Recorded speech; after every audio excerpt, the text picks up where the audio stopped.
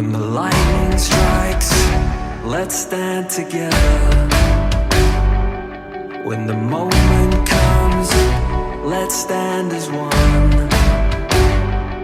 In electric light, the world is watching. E estamos de volta com o BBcast, seu podcast de automobilismo e outras nerds. No episódio de hoje vamos falar sobre o documentário da Fórmula E, And Will Go Green. Não sei se falei certo, eu temo bastante por isso. E para me corrigir, eu tô aqui com a Cíntia Venâncio. Bem-vinda, Cíntia. Oi, obrigada. Oi, todo mundo que tá ouvindo. Vamos falar hoje, né, sobre o documentário recém-lançado da Fórmula E. Já tem um tempinho que ele aconteceu, que ele foi lançado... Não, peraí, deixa eu falar de novo, ficou muito estranho. Pera, de novo. 1, 2, 3. Oi, Rubens, obrigada. Oi, todo mundo que tá ouvindo aqui. Hoje a gente vai falar de documentário da Fórmula E que tá irado. Se você ainda não viu, espero que você veja assim que esse programa acabar, porque tá realmente muito bom. E pra acompanhar a gente nessa jornada do documentário, também temos o Sérgio Milani. Sérgio Milani, seja bem-vindo. Salve, Rubens! Salve, Cíntia, e sabe você, ouvinte aqui do Boletim Paddock, para dar essa leve pincelada sobre esse documentário, né, do We Go Green, que é bem bacana, para quem acha um ótimo portal de entrada, para quem quer se dessa categoria, a Fórmula E, e também você conhecer um pouco mais, bem bacana. Exatamente, se você está chegando agora na Fórmula E, está querendo conhecer bem a categoria, é legal que esse documentário apresenta, né, as argumentações para o início dele, entre outras coisas que nós vamos tratar aqui hoje, mas antes vamos agradecer a nossos apoiadores, aqueles que auxiliam o Boletim do Paddock através do financiamento coletivo e contínuo do Apoia, que são eles: Ricardo Bannerman, Maia Barbosa, Elezer Teixeira, Luiz Félix, Arthur Felipe, Rafael Celone, Will Mesquita, Antônio Santos, Rogério Froner, Helena Lisboa, Cássio Machado, Carlos Del Valle, Bruno Vale, Eric Nemes, Bruno Shinozaki, Alberto Xavier, Will Bueno, Ricardo Silva, Beto Corrêa, Fabrício Cavalcante, Arthur Apóstolo, Sérgio Milani, Melquiades Veloso, Micael Souza, Ezequiel Bale, Cineu Messi, Rafael Arilho, Rafael Carvalho, Fábio Ramiro, Lauro Vizentim, Maria Ângela, Thaís Costa, Rafa Catelan, Jane Kazelec, Carlos Eduardo Valese. Um muito obrigado a todos. O apoio-se sempre importante para a manutenção do boletim. Agradeço a todos os ouvintes que forem lá conhecer a nossa campanha. E bom, agora vamos, né, em definitivo, a conversar sobre o documentário.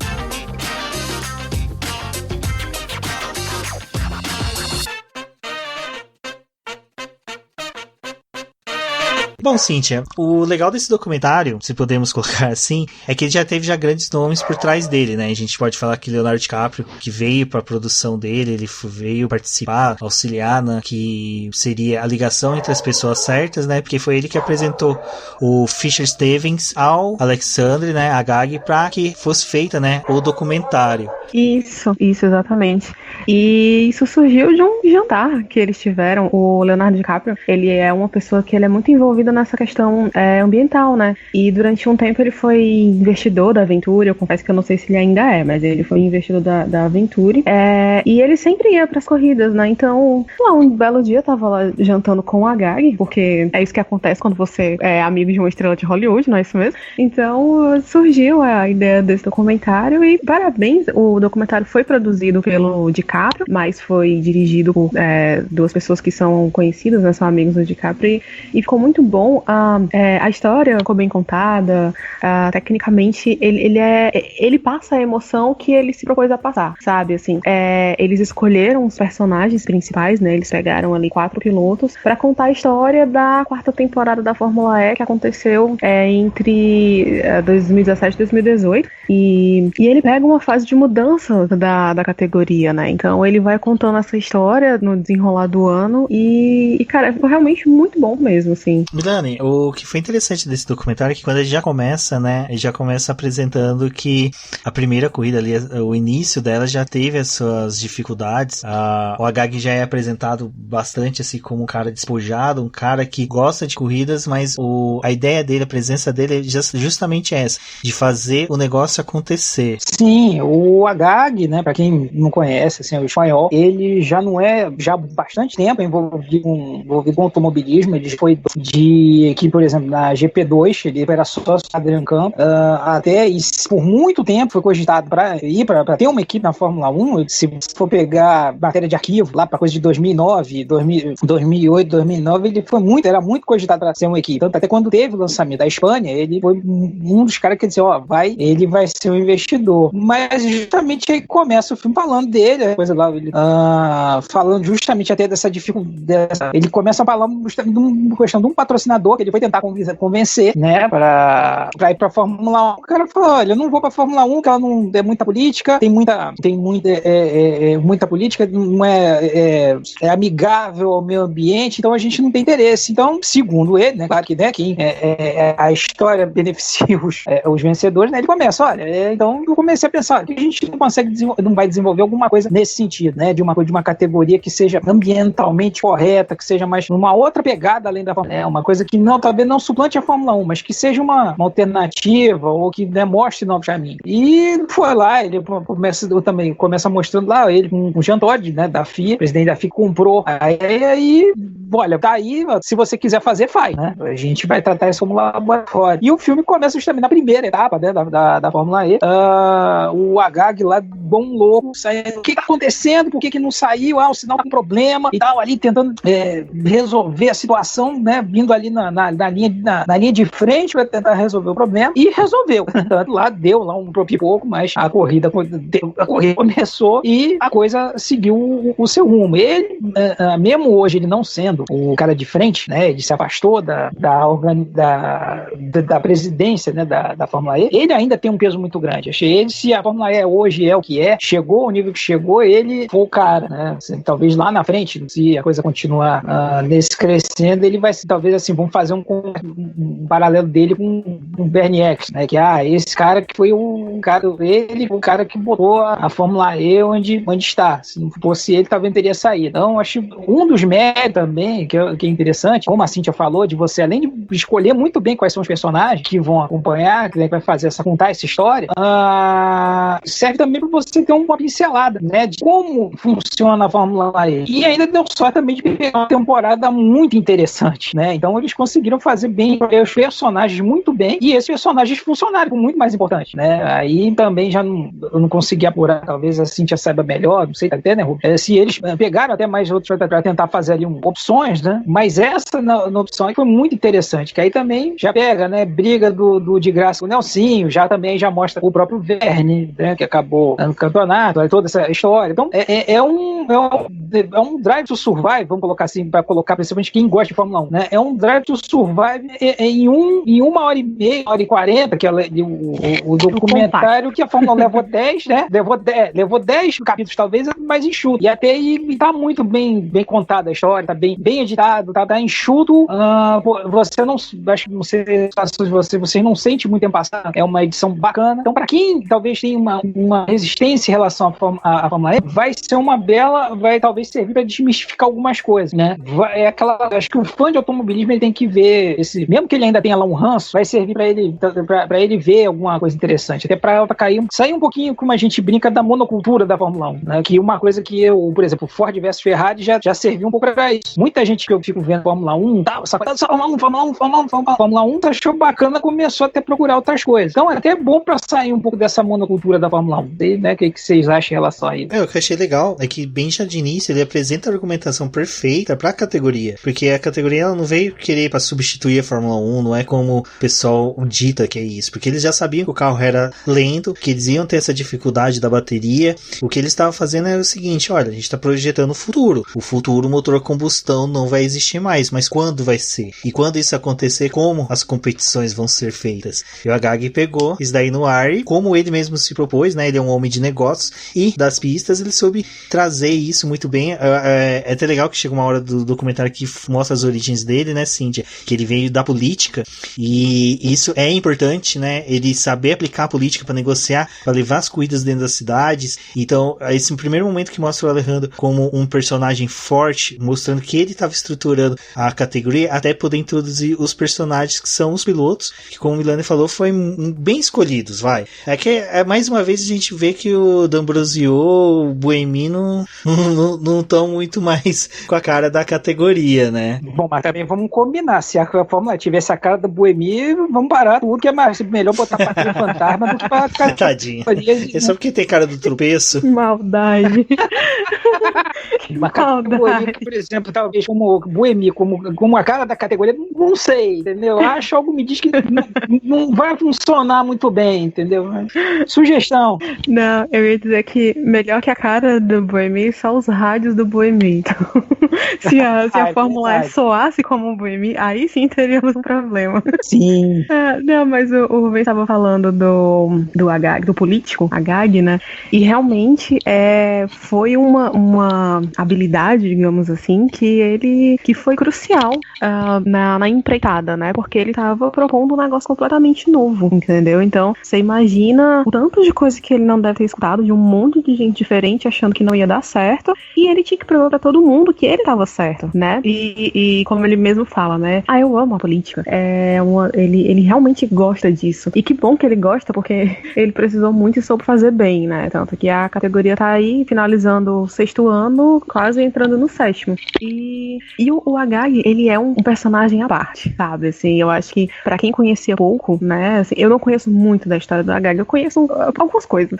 Mas pra quem conhece ainda menos, é muito interessante ver o lado B dele, né? Porque eu acho ele uma pessoa extremamente carismática. Muito, muito, muito carismática. Não, isso aí é inegável. Né? E assim, você vê aquele personagem é muito louco, porque ele é o chefe de todo mundo, né? Então ele tá aqui sorrindo de boa e do nada ele tá: ei, quem é o responsável por aquilo ali? É o fulano, eu vou matar os dois, porque tá dando errado. Aí xinga e briga. Não, ele já vira em espanhol, tá né? Isso. Exatamente. O sangue latino. Grande, não latino, né? Mas o sangue hispânico fervendo. E aí tá lá com o charutão dele. E depois é interessante, lá mais pro final tem uma hora que o Verne tá furiosíssimo, porque na primeira corrida de Nova York ele teve os tempos cancelados. E ele tava surtando, foi lá tirar satisfação com o Alberto Longo. Aí o Longo, muito tranquilo, olha, não fala assim comigo não. Se você fez o negócio errado, tá errado. Aí foram falar isso pro Agag e ele: não, claro que ele tá com raiva. Eu estaria matando todo mundo.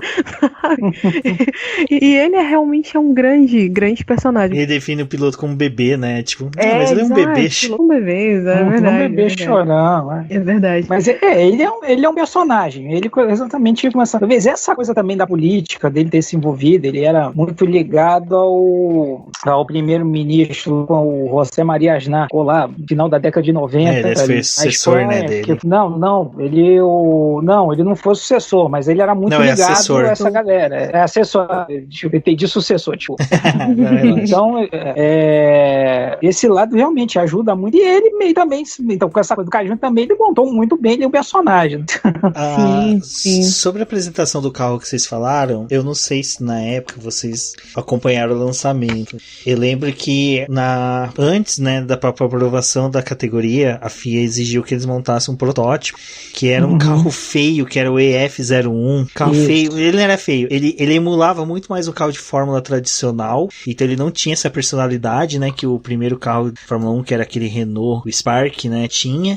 Então, na hora que teve a apresentação, eu lembro que tava todo mundo esperando o EF01, que é um carro bem parecido com o Fórmula 3 regional, e quando apresentaram o Spark, todo mundo, opa, pera aí, os caras estão trazendo algo diferente, porque o carro já tem uma pegada diferente, ele já tem essa asa dianteira aqui que meio que tenta cobrir a roda dianteira, na traseira ele já tem uma proteçãozinha diferente, então eu acho que até essa mudança que eles tiveram do modelo do carro conseguiu atrair bastante o público, né? Sim, isso aí foi, acho que, determinante, você pegar, porque você colocou bem, no início tinha coisa, o carro elétrico também, se você colocar na modo geral, ele era meio mongondron, aquela coisa que meio assim, mesmo de competição, então fugiu um pouco do lugar comum, né? Só lembrando também que quem faz, né, os carros da Fórmula E, já desde o início, a Spark, né, um dos sócios lá é o Frederic Vasseur, que é o chefe de equipe da Alfa, na Fórmula 1. Então, também é mais uma ligação da Fórmula 1, né,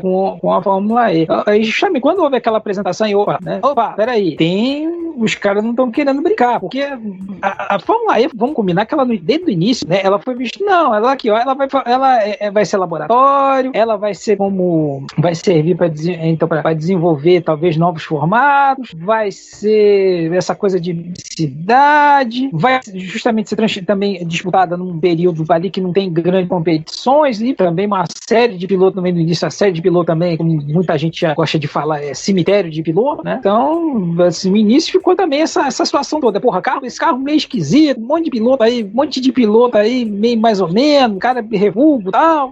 Por isso acho que também ainda tem muito esse ranço com a Fórmula E. No início realmente era meio um negócio assim, meio... Eu acho que até mesmo o bom foi que eles pegaram e fizeram na quarta temporada, que a quarta temporada a gente pode falar que foi o divisor desses dois pensamentos, né, Cíntia? Das primeiras temporadas o pessoal tem essa visão de que era uma categoria que tinha alguns pilotos que a Fórmula 1 não queria mais, outras categorias não queriam mais, mas de repente na quarta temporada você tem o Lotterer, que era um puta piloto de WEC, o cara tinha 3 Le Mans, então era considerado até no próprio documentário eles falam o melhor piloto de resistência que existia. Você tem a chegada dele, você tem outras questões que vão mostrando que, olha, aqui não é refúgio, aqui é a galera que simplesmente, como até é legal, desculpa eu me prolongar um pouquinho mais para poder sustentar o que eu tô explicando, é a apresentação do pai do Verne, que ele fala, olha, você tem 7 bilhões de pessoas e você só tem 40 vagas, 20 na Fórmula 1 e 20 na Fórmula E. Então, você chegar a ser um desses é muito mais disputado que o futebol. Nesse caso é o Verne que coloca, né? Olha, é muito mais disputado que o futebol. Então, isso é legal, né? Que eles já começam a mostrar, olha, não é qualquer um que tá aqui. O cara pra estar aqui também, ele tem que merecer, ele tem que ser bom. E aí, até mesmo durante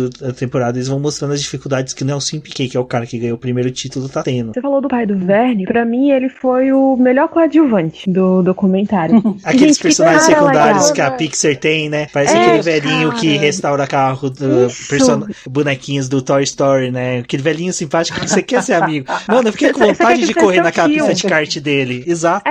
Eu quero conhecer, eu quero sentar com esse cara, eu quero conversar com ele. Tipo, Verne, sai, não quero mais falar com você, só quero conversar com seu pai agora. Sabe quando aquele caso que o pai é mais legal que o filho? Gente, o pai do Verne é muito legal. E ele fala de uma maneira muito doce, muito suave, muito humilde. E que história de vida deles, né? Sim. E, nossa, eu fiquei realmente encantada com o pai do Verne. E realmente, aquela temporada, além de entrada de novos pilotos e tal, foi, como eu até coloquei lá no texto que eu fiz sobre o And We Go Green pro BP, essa temporada foi um período de transição. Foi quando foi anunciado o Gen 2, que teria uma bateria só, que não precisaria mais trocar de carro. Então, no próprio documentário até mostra umas cenas, né, da McLaren desenvolvendo a bateria, e é mais uma ligação com a Fórmula E. Então, assim, a entrada de novas equipes dependia desse projeto também, né? Então, todo o ambiente da quarta temporada, ele tava nessa coisa de mudança, né? Então, seria o último vencedor com o Gen 1, né? Antes da entrada do Gen 2, que tava realmente todo mundo esperando. E falando já, entrando um pouquinho mais no assunto do vencedor, né? O Verne, eu acho que, assim, por motivos óbvios, né? Já que ele foi o campeão da temporada, ele acabou sendo, dentre os pilotos, o que teve mais destaque. E toda a vida dele, a carreira dele foi abordada, assim, de maneiras, assim, de vários ângulos. Então, você teve a relação com o pai dele, o apoio que o pai dele dá até hoje, a importância que o pai dele teve em toda a carreira dele. Pra mim, o momento mais emocionante do filme inteiro foi quando ele começou a falar do Jules Bianchi. Não, ali foi um negócio, assim, que tipo... Aí, realmente, é pra desmontar. Não, e assim, quem vai ver agora no YouTube, lá eles dão uma opçãozinha que você pode pular essa parte. Então, assim, se você... Eles deram essa opção? Deram. E eu não vi. Aparece um cardzinho. Então, sabe aquele cardzinho? Não, Mano, aparece um card. Sério. Eu Tipo não aquele... vi. Eu tinha que ter pulado. Sabe aquele que... Quando tem enquete no canal, no vídeo? Pronto, é tipo um cardzinho daquele e eles dão a opção, olha, se você não quiser ver sobre essa parte, pule para tal tempo, que é tantos minutos lá. Eu vou pedir pra cada um só cortar a Cíntia, contar a experiência desse momento, porque a minha eu não sei se foi a mesma de vocês. Eu tava assistindo e na hora que o Verne começou a ficar emotivo, ele falou, eu perdi um amigo e tal, e não falou do Bianchi, eu falei, caralho. Aí na hora que ele falou 2014, eu falei, do Bianchi, velho. Aí já comecei a ficar com o nó na garganta. Aí na hora que mostra a cena, eu tava com fone de ouvido, eu arranquei o fone, joguei longe, falei, puta que pariu. A Débora tá trabalhando do meu lado, ela falou, o que foi? Eu falei, mano, eles mostram o acidente do Bianchi. E tipo, é um tapa na cara, você tá assistindo e de repente vem, pá. Não, eu desci, fui fazer um chá chorando, porque assim, eu lembro que do Senna eu não chorei, eu nunca chorei com a da morte do Senna, porque quando ele morreu eu era criança, depois aquela coisa de, tipo, não tenho ligação, mas do Bianchi é muito forte, sabe, ainda é muito, muito presente. Então, na hora que eu vi, cara, eu senti aquele negócio que o Verne fez, de levantar pra sair, eu fiz o mesmo, porque, cara, é muito forte. E, tipo, colocando as cenas do Bianchi, cara, sem zoeira, assim, eu fiquei mausaço com isso. Tipo, eu falei, mano, ali, que nessa hora o documentário me pegou, ele falou assim, mano, os caras estão sabendo fazer o trabalho deles. Sim, e eles mostram o acidente, não há nem a imagem oficial, foi a imagem que a galera fez da arquibancada, que mostra o acidente mesmo, assim. É realmente pesado pra quem nunca viu, né, e principalmente pra quem tá revivendo. Nessa parte eu me emocionei também, eu não cheguei a chorar como você, mas eu fiquei, sabe, eu tive que me segurar um bocado, porque é realmente um momento muito emocionante, e eles contextualizam também com todo o processo que o Verne passou. Então, assim, o Verne, ele foi chutado da Red Bull, né, da Toro Rosso, o Helmut Marko falou coisas horríveis dele, e ele foi parar na Fórmula E, quando ele chegou na Fórmula E ele tava puto, ele não era legal com ninguém, ele mesmo fala isso, e mais de uma vez durante o filme, que ele tava, como ele chama de um lugar obscuro, né, então ele era uma pessoa infeliz, sim. Nas 2 primeiras temporadas ele era uma pessoa infeliz, até que ele entendeu de alguma forma que ele precisava evoluir nisso, né? E aí coincidiu com a chegada do Lothario e os caras viraram best friends, assim. E mostra também o quanto a presença do Lothario foi importante nessa fase pra ele, porque tem um momento que o próprio Sam Bird fala, acho que 2 ou 3 momentos, que ele fala que eles não se davam bem, assim, que o Verne era um cara que ele não tava afim de ser amigo de ninguém naquele momento.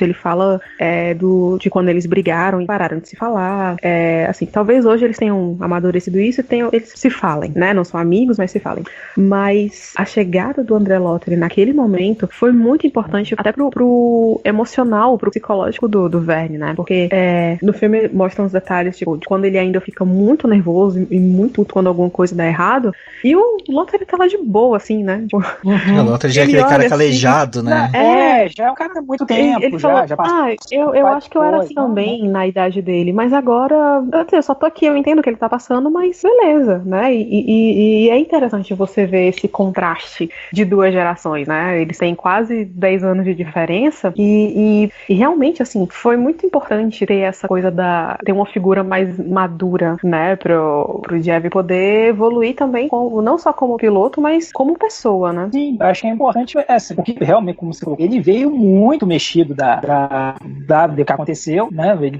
tinha muito golpe sido preterido pelo Kvyat, né? Na Red Bull. Eu acho, pessoalmente, aquela coisa já mesmo lá atrás, eu já achava assim, um grande erro estratégico, porque eu sempre gostei do Verne, o Verne também é um caso bacana, agora já aproveitando assim, que ele veio também bancado por um programa da Federação Francesa, que é de formação tanto de piloto quanto de técnico, né? Mecânico, assim, uma coisa geral. Então ele foi o primeiro cara desse programa que chegou no alto. Então também vieram outros franceses aí, mas ele foi o primeiro cara que veio também dessa escadinha. É muito bacana. E já estava ali tentando se recuperar, então acho que a Fórmula teve esse efeito terapêutico aí. Acho que ele também ajudou, apesar de ele também ter ido também estar fazendo coisas no WEC, no protótipo, ajudou meio que a recuperar a crença nele mesmo. E agora a gente, justamente, essa temporada aí, essa grande virada, e mostra também essa coisa que é o seguinte, olha, a Fórmula E é um negócio bacana, a Fórmula E não é um cemitério de piloto, e, mostrou o seguinte, olha, eu consigo vencer, eu sou um cara bom. Isso também aí, quando você, aquela coisa psicológica, se você começa a puxar uma coisa, vem outra, e vem outra, e vem outra, né? O legal do Milani ter colocado a questão da participação dele na WEC, que é interessante que na próprio documentário eles colocam com uma mudança dele na temporada, que ele havia se dado mal em Berlim, e dali ele e o Lothario iriam pra Le Mans pra poder competir, e aí até entra uma coisa que é interessante, que na hora que o Lothario é apresentado no documentário, colocam que ele teve muita fama do Japão. Aí mostram que uma fã dele, japonesa, veio do Japão pra acompanhar ele. Isso é muito fofo. Nossa, é muito fofo esse momento. É muito legal, porque pra quem ouve o BBcast, lembra que um BBcast antigo antigo não, acho que uns 2 ou 3 atrás da Fórmula E, eu comentei que tinham isso dos fãs japoneses, que o João Paulo de Oliveira havia comentado, que ele tinha uma Eu fã lembrei de que... você nesse momento mesmo. Eu lembrei dela também. Na hora que ele falou, eu falei, mano, é muito surreal. Tipo, uma fã de se deslocar, cara. Tudo isso pra acompanhar um piloto que já saiu de lá. Ele tá, sabe, competindo numa outra categoria, tá indo pra Le Mans. E ela vai. E o cara tem confiança de chamar ela pra dividir o jato. Isso. E Olha é uma o coisa que eu acho. que ela ganhou, né? Então, e aí nessa hora tem essa conversa do Lottery falando, a gente tem uma diferença de 10 anos, eu sou mais maduro. Você pode ver ele e falar assim, pô, que cara babaca, mas eu sei que ele tá tendo o momento dele. Mas é legal que nesse momento que tem a mudança, né? Porque daí ele vai pra Nova York, né? O Verne, e ele tem que só fazer um 8º lugar ali pra poder ser campeão. E daí ele tem toda. Eu vou um pouco, Verne, nesse documentário. A construção do documentário não quis propor isso, mas só que você vê toda uma questão de uma jornada do herói, que é o cara ter se fudido na Fórmula 1, o cara ter nascido não milionário, mas tenha passado dificuldades, apesar do pai dele ter uma pista de kart, tudo, ele ter sido chutado da categoria principal, ter que voltar pra carreira, refazer a carreira dele. É bem legal que tem toda essa construção e ele tem as quedas que o herói tem na jornada dele até chegar na consagração que foi naquela corrida de Nova York. Então foi muito bacana essa construção que colocaram do Verne, mas só que daí a gente também tem outros personagens que vão orbitando, que vai desde o Sam Bird contando, né, que os pais tiveram que hipotecar a casa, o Nelson Piquet e o Lucas de Graça com as tretas deles, né? Eu acho que a escolha dos personagens nesse ponto foi bem bacana. Sim, bacana também, né? Ver Nelson comendo salame no boteco, uma coisa assim bem... Não, ele come ele come o salame e ainda fala, até dá uma alfinetada. Eu adoro essa coisa de vegano. Porra, Nelsinho, você quer uma treta com todo mundo, cara, deixa de ser chato, come o negócio aí e fecha a boca, né? Tipo, parece que o cara gosta, né, de cutucar os outros. Tá, eu não queria puxar o assunto Nelsinho agora não, porque você tinha falado do Bird e eu acho que ele tá mais ligado ao Verne do que o Nelsinho. Então eu vou puxar o Bird, que foi o outro personagem escolhido, né? Eu já conhecia também um pouquinho da história do Bird, eu já sabia dessa história de ele ter quase falido antes de entrar pra Fórmula E, porque ele basicamente foi o que aconteceu, né? Assim, lá no vídeo mostra o acidente que ele teve, que deu prejuízo pra equipe, que não podia gastar e que, enfim, a família dele se endividou e tal, e ele tava quebrado, né? E ele também teve aquela história da Mercedes de sempre ser o reserva, né? O cara que tá ali o tempo todo, mas na verdade não tá, né? Ele tava lá só pra tomar café, como ele mesmo falou. E ele tem uma frase genial que era tipo assim, é muito mais fácil. Eu nunca consegui um carro na Fórmula E, ou na Fórmula 1. Seria muito mais fácil eu ir pra Lua numa banana do que conseguir um carro, né? Um lugar realmente na equipe. E você sente isso, porque, cara, ele disse, ele passou 4 anos lá, né? Foi de 2010 até 2014. E você imagina você ficar 4 anos ali, indo pra todas as corridas, pensando se um dia você ia ter uma chance, assim, mesmo que mínima, e o negócio nunca aconteceu. Oi? Não, mas ele não ia bater o recorde do... Ele não ia bater o recorde do Gary Petty. Eu lembrei dele também. Da sua querida McLaren. Gary Petty também, assim, se você tiver cuidado, procure no Google. Eu acho que o tempo que ele teve como piloto de teste da McLaren, ele já poderia contar pra aposentadoria dele, né? Rubens, eu acho, não sei como ele não conhece a lei inglesa de aposentadoria, mas na brasileira, acho que certamente ele encaixaria. Que de tempo à disposição, com certeza. Eu acho que no caso do Bird, cara, ele foi o pássaro que mais consumiu cafeína em todos os tempos. Nossa. Ele ultrapassa o jacu, que é um pássaro brasileiro que também come semente de café, caga, e o pessoal recolhe o cocô pra fazer café de rico. É sério, existe isso. Caraca. Sim. No Vietnã tem um macaquinho, em Minas Gerais, lá na região de Guaxupé, o pessoal recolhe cocô de jacu pra fazer café. Fiquem com isso na mente. E o Bird brinca, né, que ele o Bird explicando as coisas ali na mesa de café, eu achei sensacional, cara. Eu quero sentar um dia e tomar um café com ele. Que ele primeiro foi explicando que ele nunca tomou tanto café quanto ele tomou na época da Mercedes, né, que ele tinha que esperar Michael Schumacher aposentar, daí veio o Lewis Hamilton, e quando com o Lewis Hamilton ele conseguiria uma vaga, e depois foi na hora que ele foi explicar a questão da recuperação de energia, né, da engrenagem, tudo. Ai, E que ele genial. ficava com a colherzinha explicando, cara, como. Ele me lembrou muito a escola antiga de cinema, que era que o Marlon Brando participou, que é o ator pegar objetos que estão à disposição dele Sim. e fazer parte do roteiro, que é que nem a famosa cena que o Marlon Brando tem no Poderoso Chefão, que ele pega um gato, fica acariciando, e aquele gato era um gato que ficava solto no estúdio, que ficava caçando ratos que ficavam comendo filme. Então, cara, aproveita isso. E o cara pegando uma colherzinha, explicando, não, a energia é assim, você... E eu parei pra ficar olhando a colherzinha e, tipo, assimilando o que ele tava falando, eu falei, mano, o Sam Bridge é um cara que, puta, temos que torcer pra esse cara um dia ganhar um título. O cara merece só pelo saber explicar, parece professor de cursinho, explicando como é que recupera energia.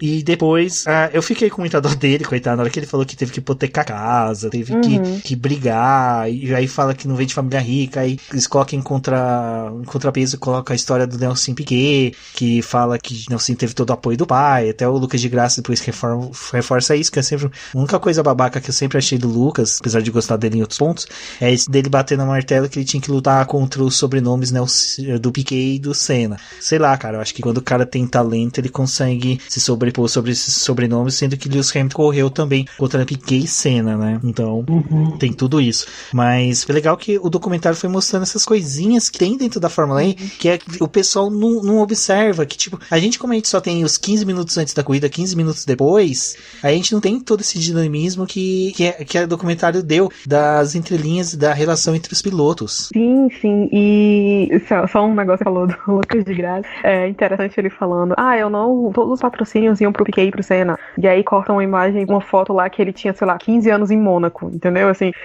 beleza. Mas voltando pro Sam Bird. Eu com 15 anos só ia de Guaxupé São Paulo, São Paulo. Né? Eu ia pra Praia de Iracema aqui em Fortaleza já, quando eu comecei a andar bola.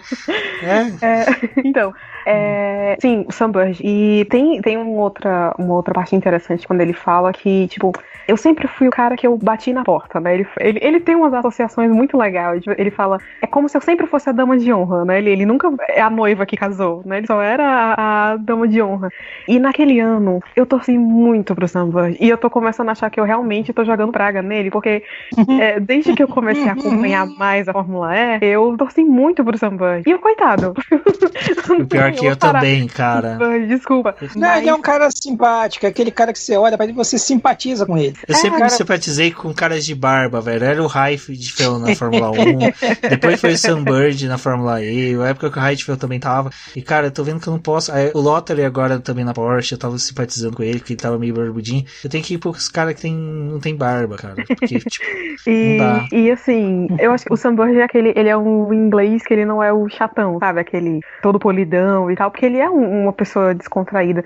E outra coisa, outro lado dele que mostra, que é muito ele, que mostra no documentário, é essa parte do exercício físico, né? Então ele tá o tempo todo, ou ele tá indo correr, ou ele tá fazendo exercício na academia, ou ele, sabe, assim, ele tem essa coisa muito forte do treinamento físico mesmo, né? Então, se bobear, ele deve ser o que mais treina na categoria toda, assim. Fica ele e o Felipe Massa ali, acho que ele com alguma vantagem.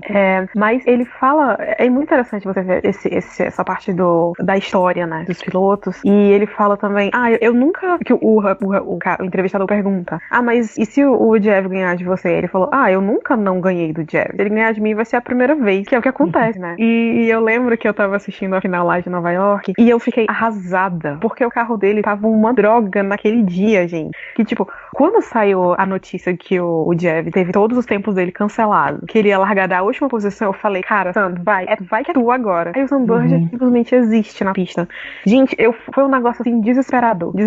E aí quando o Lottery passou ele, eu falei, não, já era. Aí veio o Verne e passou os dois, né? Porque, obviamente, o Lottery ia ceder a posição. E eu fiquei arrasada. E aí, quando mostra que a corrida acabou, que ele vai pra garagem, aí fica todo aquele, né? Tipo, ele perdeu, né? Então ele tava triste. E aí, depois o Verne vai lá cumprimentar ele. Aí vão entrevistar o Sam Bird em frente à garagem da Tecta, gente. Assim, pelo amor de Deus, que maldade. Que timing é esse, né? Com ele. Muita maldade. Que timing é esse, né? Enfim, já é o famoso construção do cenário, né?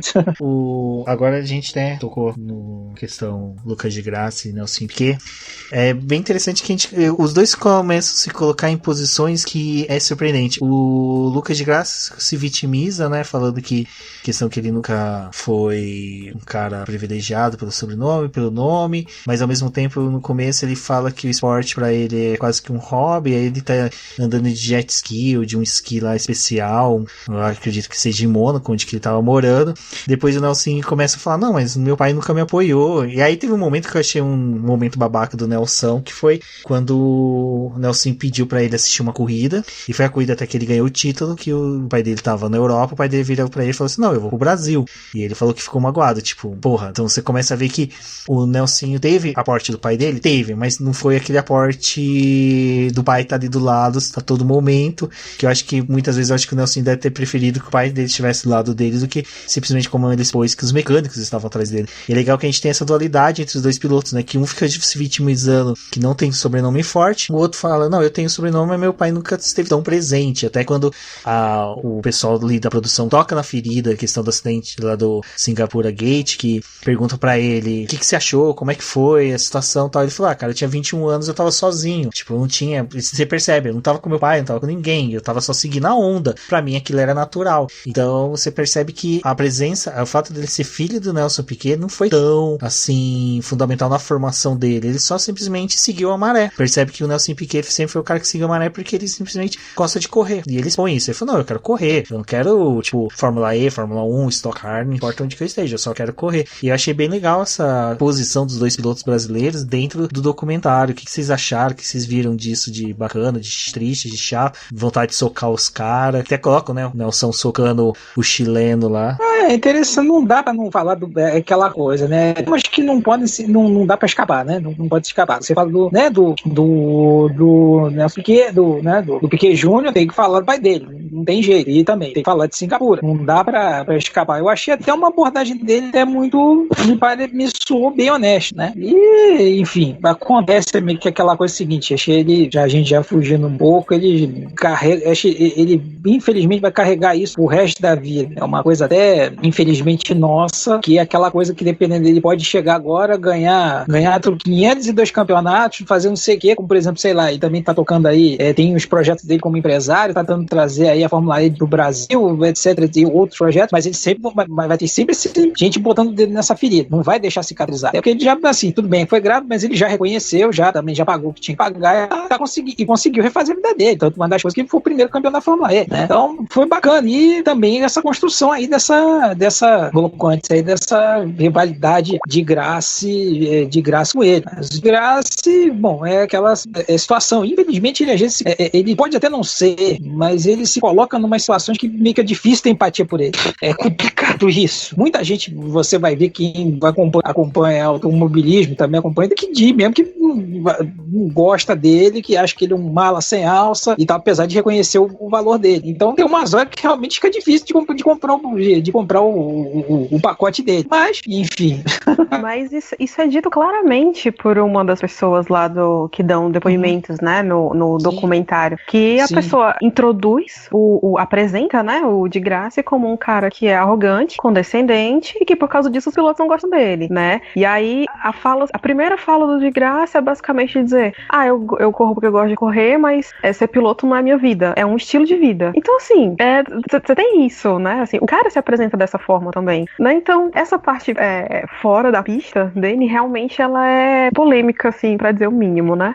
Mas essa interação dele com o Nelsinho e, aliás, a própria abordagem que eles dão para a história do Nelsinho, ela é muito interessante, mas eu concordo com o Milani que ela não, eles fizeram de uma forma até leve, assim, sabe? Não foi, assim, falaram porque tinha que falar, porque realmente não tem como escapar disso, mas ele se sentiu desconfortável, você claramente dava pra ver isso, mas é porque é a história do cara, assim, você não tem como desviar do assunto, né? Tipo, você vê que hoje, quando ele fala do que aconteceu em Singapura, ele já fala de uma maneira muito mais natural. Mas quando perguntaram do pai dele, aí ele sentiu. Você via que na hora ele já ficou, ele deu aquela travada assim, sabe? E é interessante você ver isso, essa coisa da desconstrução da armadura, né? Porque ele deve ter herdado isso com certeza do pai dele, dessa coisa de ser aquele o sincerão, né? O cara que não tá nem aí pra muita coisa. E de uma maneira até um pouco meio grosseira às vezes, né? Então,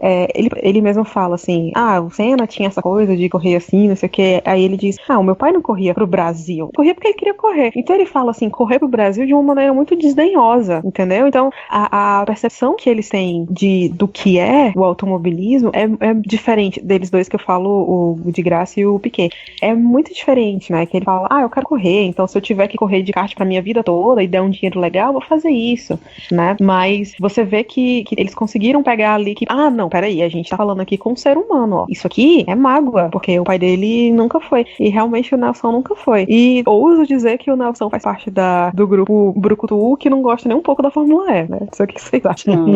O Nelson teve um dos títulos dele, eu não me recordo qual, que o cara, ele terminou de sair do carro, felizão, ganhou o título, o repórter chega pra ele e fala, ei, Nelson, você dedica o título a quem? Ele, a mim, eu que tava pilotando. O Nelson ele nunca deixou. Dele, né? Foi o primeiro, né? Então ele sempre deixou claro que ele corria porque ele queria, porque era o prazer da vida dele. Até uma entrevista que ele deu pra Mariana Becker na live que ele fez com ela, ele põe isso, e o Nelsinho também na live que ele fez com o Felipe Mota da Motorsport, ele coloca isso, falou, olha, meu pai quando acabou lá, que ele saiu da Indy, ele simplesmente quis voltar pra casa, ficar na garagem aqui dele, mexendo com os carros dele, brincando, porque a vida dele é essa. E acho isso muito, muito mais original do que realmente o cara simplesmente ser que nem o Lucas de Graça, que expõe que é um estilo de vida.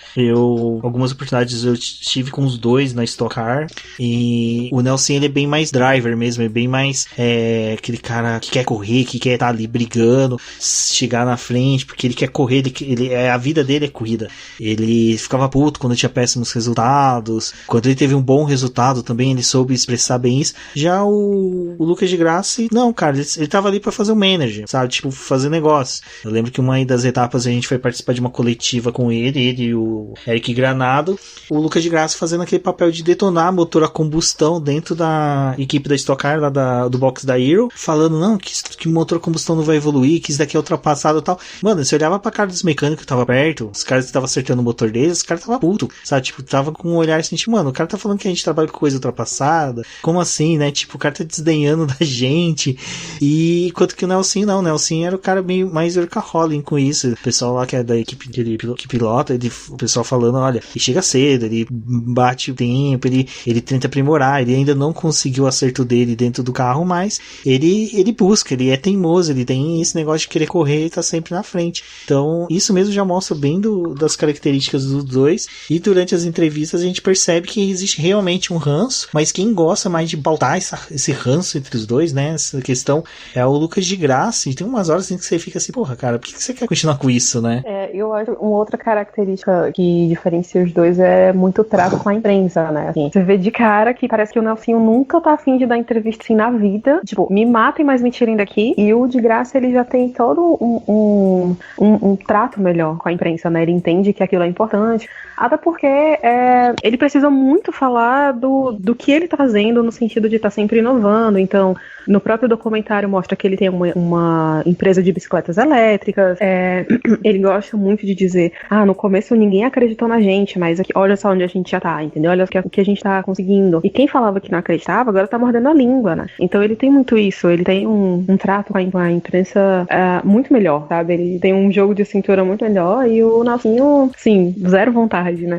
Apesar de que ele tava bem disposto nesse documentário, assim, eu senti que ele foi muito honesto, que ele foi muito aberto, até pra falar desses assuntos mais desconfortáveis, vamos colocar assim, né? Mas a participação deles foi legal, e falando, assim, o Nelsinho, ele teve uma coisa que, aquele ano, foi o ano que ele entrou pra Jaguar, e foi um ano, assim, que as coisas não estavam legais, né? Assim, a equipe tava aprendendo ainda como era a Fórmula E, e ele, pessoalmente, estava num momento muito ruim, porque ele começou a ter uma série de resultados ruins que se somaram aos resultados ruins da equipe. Então era tipo da coisa, quando não era o carro que falhava, era o piloto que falhava. Então, quando o carro não morria no meio da pista, era o piloto que jogava o carro no muro, né? E foi um ano complicado pra ele, tanto que no final eles disseram que na temporada 5 ele saiu da equipe no meio do campeonato. E é bacana que a gente vai chegando mais pro final do episódio. Eu fiquei contando pra poder ver se eu visualizava um personagem brasileiro que todos os documentários, todos os filmes que recentes que tem sobre automobilismo, ele aparece, que é o fotógrafo do Nelsinho, que também é fotógrafo na Stock da Shell, que é o Zé Mário. O Zé Mário, ele aparece no Ricos e Velozes do Netflix. Essa fera aí, bicho, isso aí. Aparece no Drive to Survive. O cara, olha, ele, a próxima vez que eu encontrar com ele, eu tenho que pedir autógrafo pra ele. Apesar que ele recusa, toda vez que eu encontro com ele recusa as balinhas que eu dou pra ele, mas ele tem que lembrar que mas ele tem que se lembrar que eu ajudei ele a ganhar do Rian Assis numa corrida de kart, então, mas é muito legal que o Zé Mário, ele tá aparecendo em todos esses vídeos, eu acho muito legal. No começo do documentário ele aparece de costas, a gente consegue reconhecer ele pelo chapéuzinho nação rouba-ovo de savana que ele tem, e depois ele falando pro Nelson, não, na hora que você entrar ali, ó, eu já consigo pegar a foto daqui, e eu achei muito legal isso, cara, porque, tipo, mostrar o Zé Mário é uma conquista nossa do pessoal que produz conteúdo no Brasil, porque o cara é gente fina pra caramba e ele dá espaço pra gente, conversa com a gente, ele é gente finíssima, mas, como eu falei, a gente já arrumando pro final, já começa a ter o alinhamento do final do campeonato, né, com a chegada do Vergne pra conquistar o título, mas o final ali também não foi tão fácil pra ele, né, Cíntia? Não foi. Inclusive, mostra a corrida horrorosa que ele teve lá na Suíça, e um dos pontos negativos, vamos colocar assim, do documentário, é porque como ele é curto, né, ele tem 1h35 mais ou menos, eles não falaram com todo mundo, né, eles escolheram os pilotos com que eles iam falar, e mesmo assim, alguns pontos importantes daquela temporada ficaram de fora. Por exemplo, aquela corrida em Zurique era um marco, porque foi a primeira corrida que teve depois de 55 anos mais ou menos,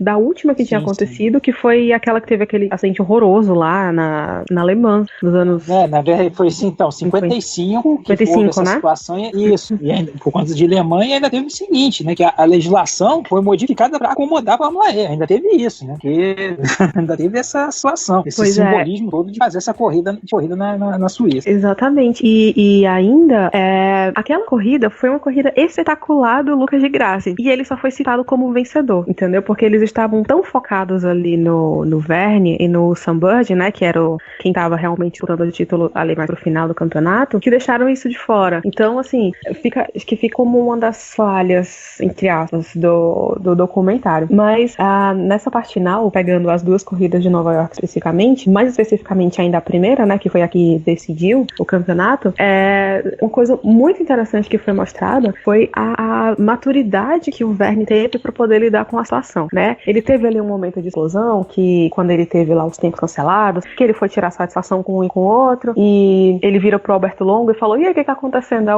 o Alberto fala, cara, você tá errado, você fez algo errado, tá errado, acabou, não adianta você vir falar comigo assim, né? E quando ele vai correr, realmente, quando chega a hora da corrida, ele não comete nenhum erro, nenhum. Ele larga em último, ele chega em sétimo, se eu não me engano, oitavo, onde ele tinha que chegar, e ele é o campeão, né? Assim, lamento muito pelo Sam Bird, mas ele fez o que ele tinha que fazer pra conquistar o campeonato, e isso mostra a evolução dele também enquanto piloto, né? De ter a cabeça no lugar, de ser frio, de ser calculista, de ser estratégico quando ele tem que ser, né? E isso foi um ponto muito positivo dele.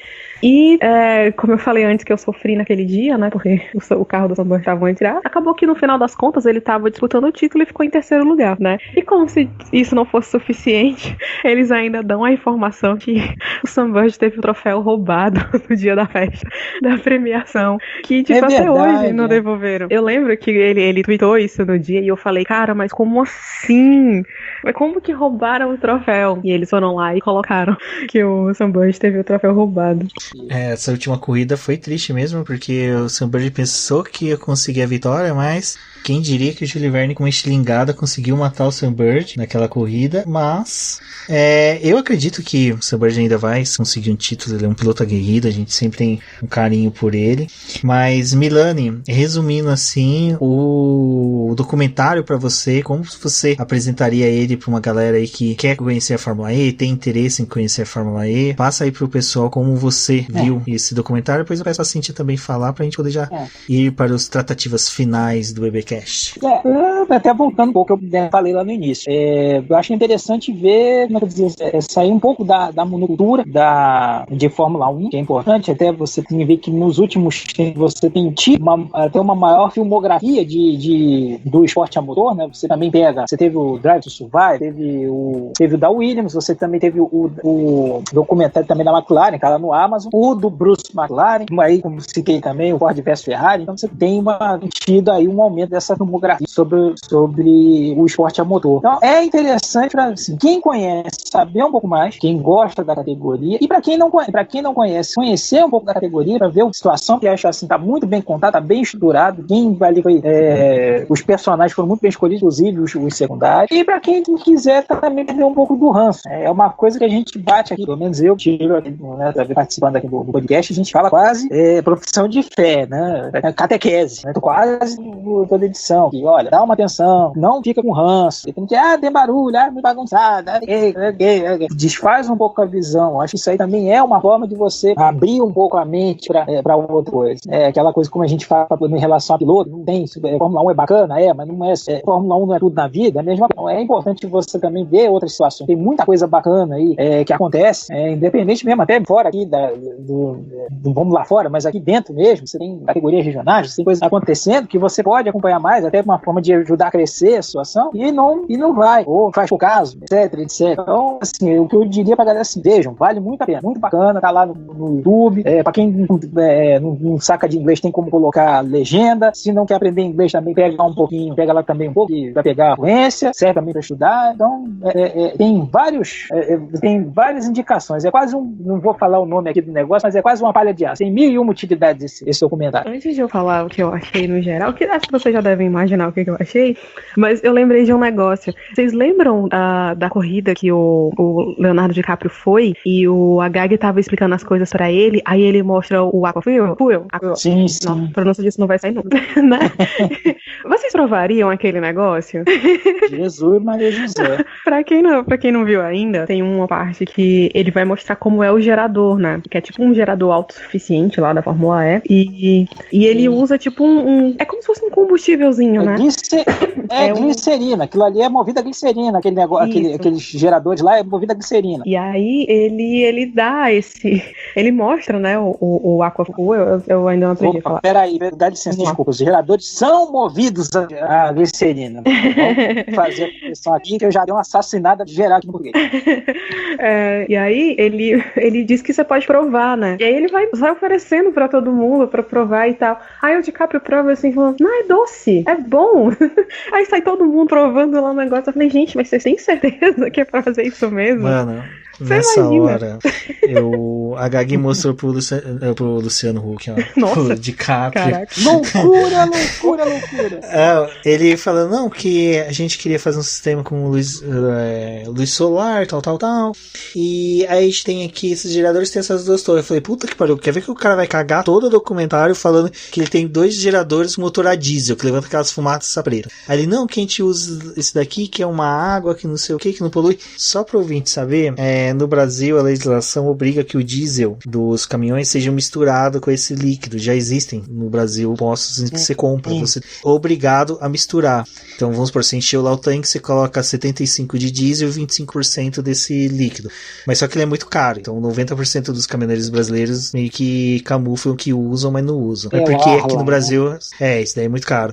E na hora que entregaram pro Leonardo DiCaprio beber, que o H falou, não, você pode beber que você não sente sabor, tá? Eu falei, beleza, o cara não vai experimentar. A gente tá lá, o cara enfia no dedo, pondo na língua. Mano do céu, eu lembrei do Nerdcast que o Jovem Nerd conta como chegou o ebola nos Estados Unidos, que foi um macaco que morreu, e o cara manda um pedaço do macaco pro laboratório pesquisar, e o cara do laboratório pega e cheira a carne do macaco com uma hambúrguer, que é o ebola. Tipo, mano, é a mesma coisa, cara. Tipo, não experimenta. Tipo, cara, você corre um risco, sei lá. Mano, me deu uma aflição na hora que eu vi. Falei, pronto, acabou. O cara nunca mais vai fazer filme do Tarantino. Acabou. Falando em Tarantino, pra quem assistiu ao documentário, vocês vão ver que o documentário tem muito parecido com o Pulp Fiction. Eu até comentei com a Cintia na hora que a gente tava aqui na coxinha, que ele é meio parecido, que ele é picotado, né? Ele é picotado, porque hora fala você tá falando com o seu Bird, de repente vai pro Agag, que mostra o cara tomou uma taçada na cara, que aquilo ali pra mim foi uma coisa assim, bizarro, tipo, mano, bizarro alguém também, enfiou uma verdade. taça na cara do cara no meio de uma festa na Suíça,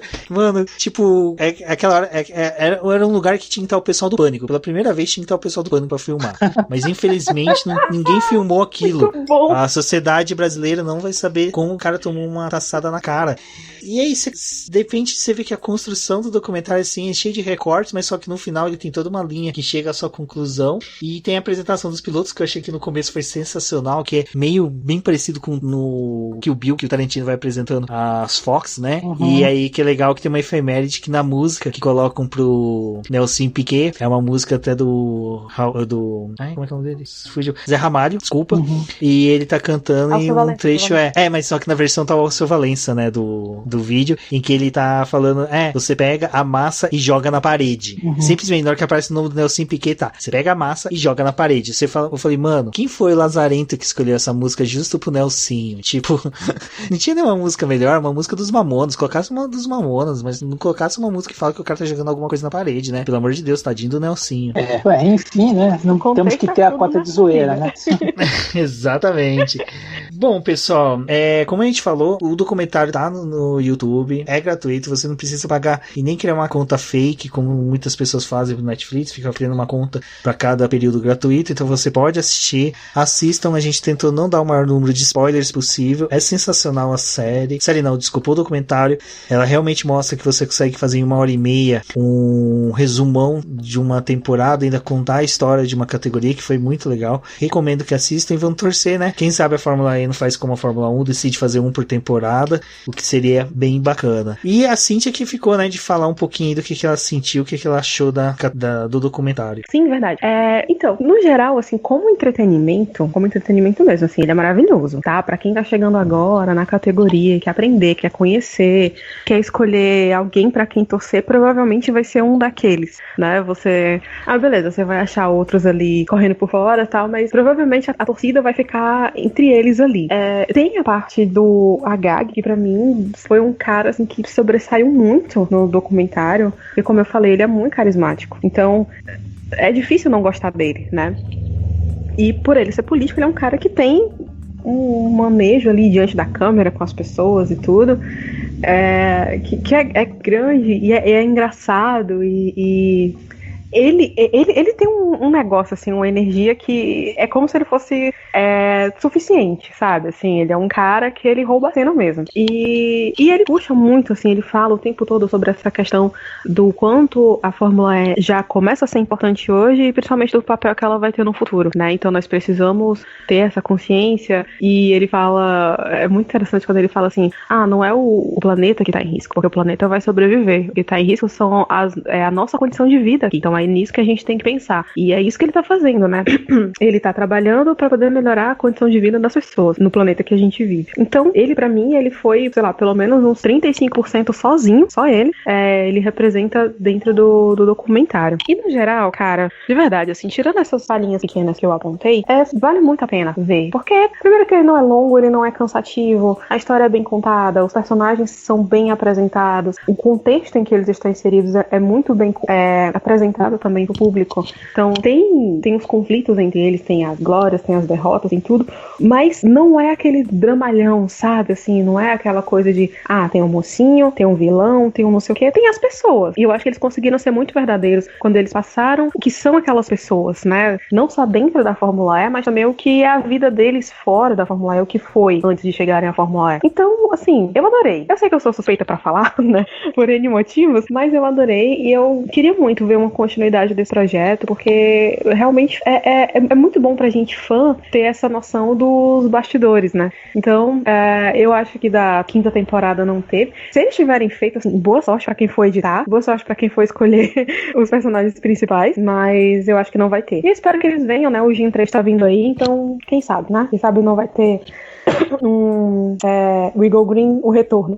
Eles podiam fazer o Eagle Green Festival Berlim, alguma coisa assim, sabe? Aproveitar os 6 dias, faz um compacto perfeito, seria lindo, falando como a categoria está lidando com a pandemia, tudo isso. Nossa, cara, eu queria ser amigo da GAG. Um pra ser um parceiraço e outro pra dar umas ideias bacanas dessa. Vamos mandar mensagem pra ele de Berlim, assim, sair de Berlim a gente pode considerar como August Fest, né? Do Oktoberfest, né? Olha, seria uma boa. Porra, eles perderam a oportunidade oportunidade de fazer, podia fazer em YouTube, né? Fazer um Oktoberfest ali. Bom, todo mundo já saía, não precisava usar álcool em gel, porque todo mundo deve ficar bebendo cerveja, então ia conseguir ficar todo mundo imunizado com cevada. Higienizava tudo com cerveja, né? Nossa, seria lindo. Então é isso, pessoal. Assistam o documentário, ele é muito importante, não só para vocês entenderem como é a categoria, mas para ver questão de relacionamento pessoais. Eu achei bem interessante a forma com que foi colocado a ligação entre os pilotos, colegas de equipe, desde o Antônio Félix da Costa dando uma tirada com os dois tretando de companheiros de equipe numa corrida, a forma com que o Lotter e o Jev se comportaram durante o ano, entre outras coisas. O documentário, como nós falamos, 1h30. Esse BBcast deve ficar maior do que o documentário, então se vocês ouviram até aqui, vocês podem sobreviver também ao documentário. Forte abraço a todos e até a próxima.